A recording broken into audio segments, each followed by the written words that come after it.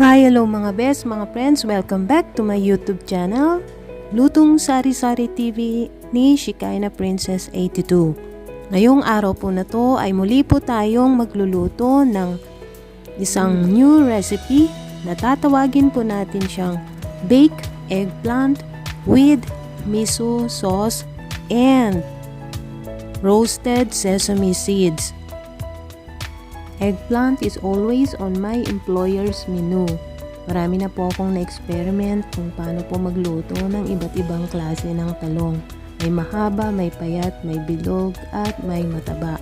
In today's video, ang gagamitin po nating talong ay yung bilog na mataba at mahaba. Ang lulutuin po natin ngayon na talong is in Japanese style, kaya gagamit po tayo ng mga Japanese sauces. The eggplant that I used was quite large and thick.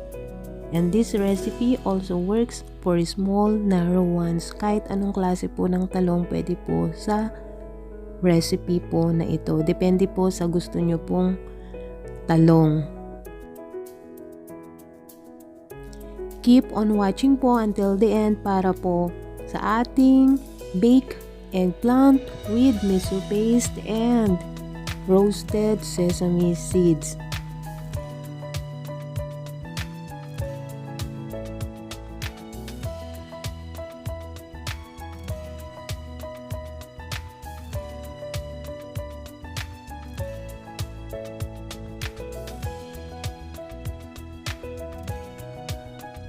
Napakadali lang po itong gawin at lutuin, and napakasarap po siya at napaka-nutritious and healthy sa ating katawan. Okay mga best, mga friends, mga kalutong SARI-SARI TV, gawin na po natin ang ating sauce para sa ating eggplant. Ang mirin po is an essential condiment used in Japanese cuisine. Available po ito sa Asian grocery stores or sa Japanese stores.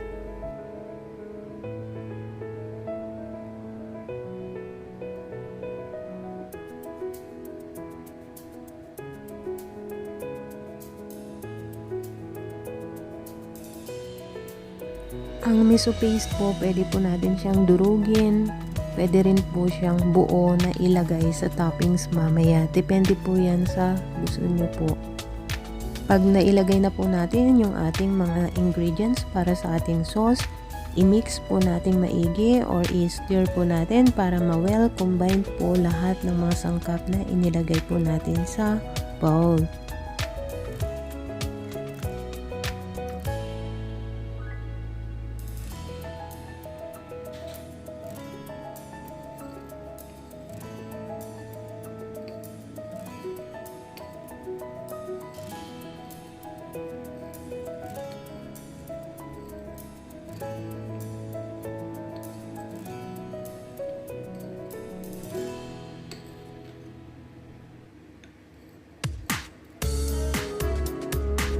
Then after po natin siyang ma-mix, ilagay po natin siya sa malinis na pan, pakuluan po siya, at pag kumulo na po, immediately po natanggalin po natin siya at patayin na po yung heat.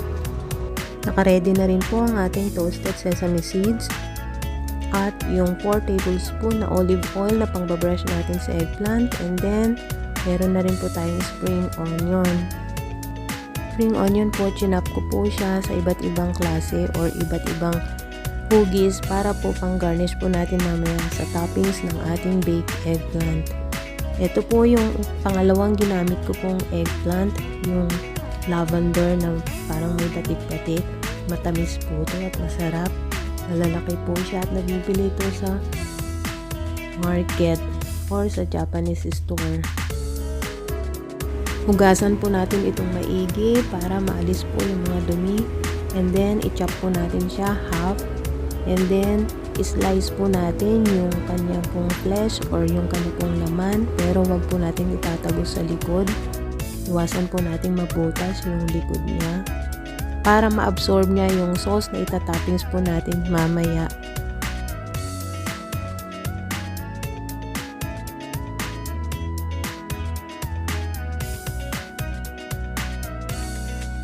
Then after po na mahiwa po natin lahat, prepare na rin po natin ito at lagyan ng cooking oil. I-brush po natin siya, pati po yung kanya pong balat para maging glossy at ma-absorb po lahat ng oil mamaya pagka-bake. Ilagay po natin ang ating eggplant sa bake tray na may aluminum foil.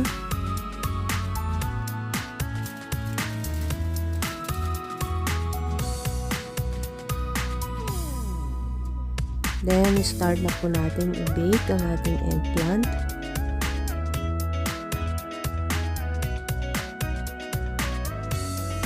Itong pangalawang eggplant na ginamit ko po is yung pure siya na lavender, yung dark lavender po siya na bilog. Ganon din po yung ginawa ko, katulad po ng sa una. Ayan.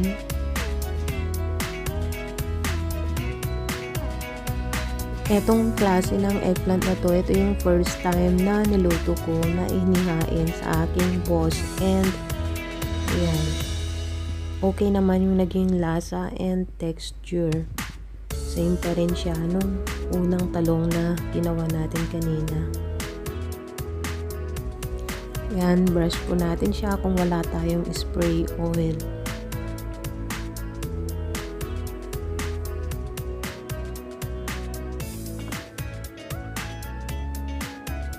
Ayan, after ko po na ma-brush ng oil ang lahat ng eggplant, nilagay ko po siya sa baking tray with aluminum foil na ganyan ang itsura niya. Ang talong na to guys ay binake ko siya ng 185 degree kasi mas payat siya, mas maliit at hindi masyadong makapal at mataba. Pinake ko siya for 40 minutes and ito na po yung result niya. Sakto lamang po and napaka-smooth at talagang na-cook siya ng maayos. Ayan, kaagad po natin siyang hanguin at ilagay po natin siya sa malinis na plate. And then, ilagay na po natin ang ating miso paste sa ibabaw.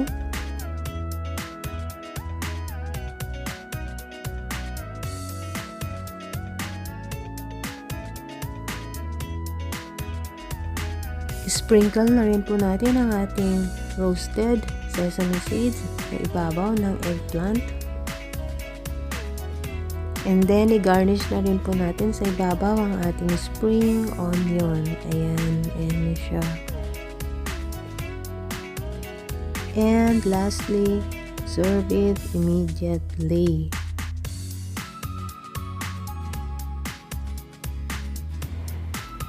Ayan na po, luto na po ang ating baked eggplant with miso paste and roasted sesame seeds.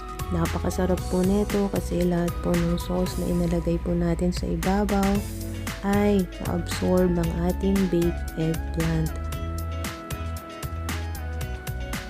Yung balat din po ng ating baked eggplant ay pwede rin pong kainin. Depende po sa inyo kung gusto nyo.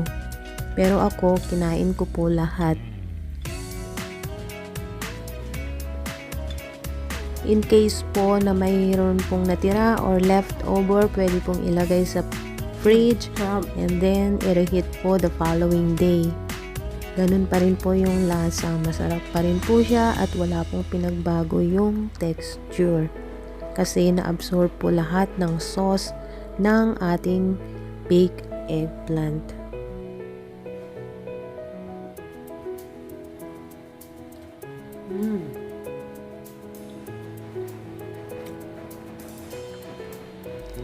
Hi mga best, mga friends, mga kalutong SARI-SARI TV.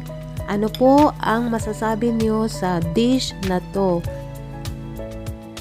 If you want to suggest something, please feel free to comment on the comment section down below. Thank you po. And please don't forget to like and share this video to our friends and family too.